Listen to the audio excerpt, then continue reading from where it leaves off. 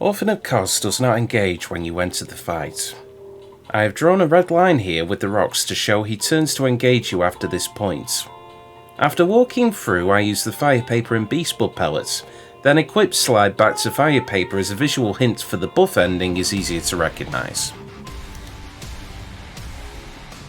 The Orphan tends to open with either one of two attacks, the jump or the lunge. This time it's the lunge. At this point in the attack you can commit to sidestepping either side or backstepping twice. A couple of steps left or right and a quick step forward will take you past the attack and you can get 1 to 2 hits in. Here we have the Orphan telegraphing it is about to do a large, slow, wide swinging attack. We're waiting for this part of the attack which we will dash step forward and punish. And now we are in a fine position to punish the Orphan of Kos with a fully charged R2 attack. Landing it on his backside will reward you with the ding sound. Follow it up immediately with another fully charged R2 and then an R1. This will seriously help buff your beast blood meter, and as the fight opens up it drastically improves your damage output. This combo can go upwards from 2.1k damage to well beyond 3000 depending on your meter.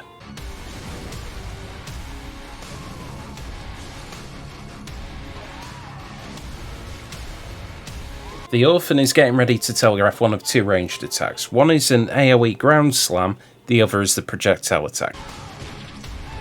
This may be risky and this may not happen for you, however, I will release a side video showing my proof of my theory here at some point, soon hopefully. I came to find the Orphan had a behaviour tied to this attack. If you were caught by it, he would follow up with the run towards you and the jump attack, which is punishable. So this attack does have a high reward and it does have a high risk, but it is too juicy not to overlook. Orphan is about to do a leaping attack at this point, you can tell because he's bench pressing the world.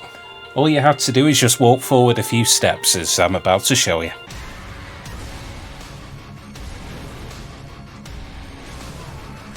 Orphan of Kos is about to do a back jumping attack where he will ground slam the weapon towards you. Take a couple of steps back and then backstep.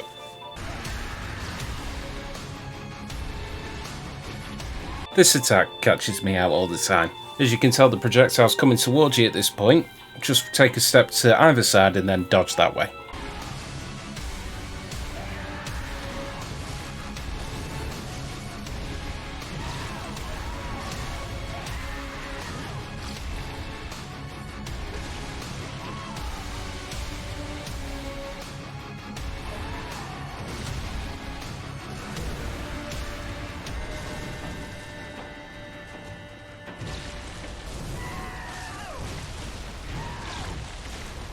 We're at the part now where the Orphan will probably go into phase 2, but we don't want that.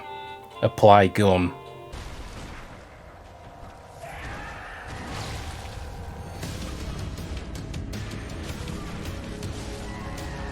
That late R1 put me in a bad position, so I missed the first window. The second window is on the third attack swing. I back off and it's likely phase 2. Here comes Daredevil.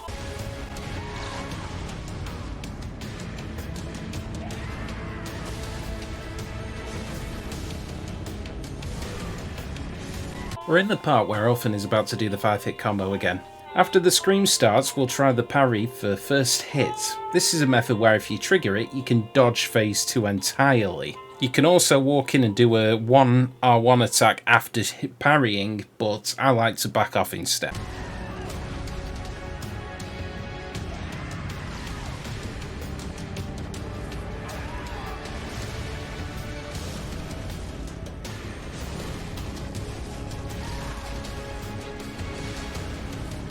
Phase 2 is about to begin, and it starts with a 0 damage AoE around him. The trick is to get behind him just after the AoE is finished and do charged R2s. If you do it right, you can stagger him and finish the fight.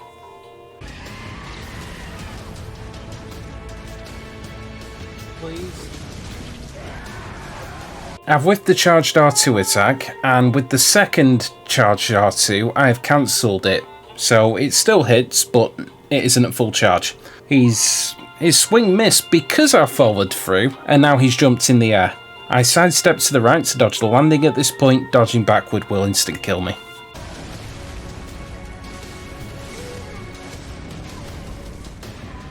And with an R1, L1, R1 combo, Orphan is finished. I don't even want to tell you the amount of attempts that this has taken me. I'll have worked this out shortly. But my gosh, it's done. And if I can do it, I firmly believe any of you watching this video can do it too. And I wish you the best of luck.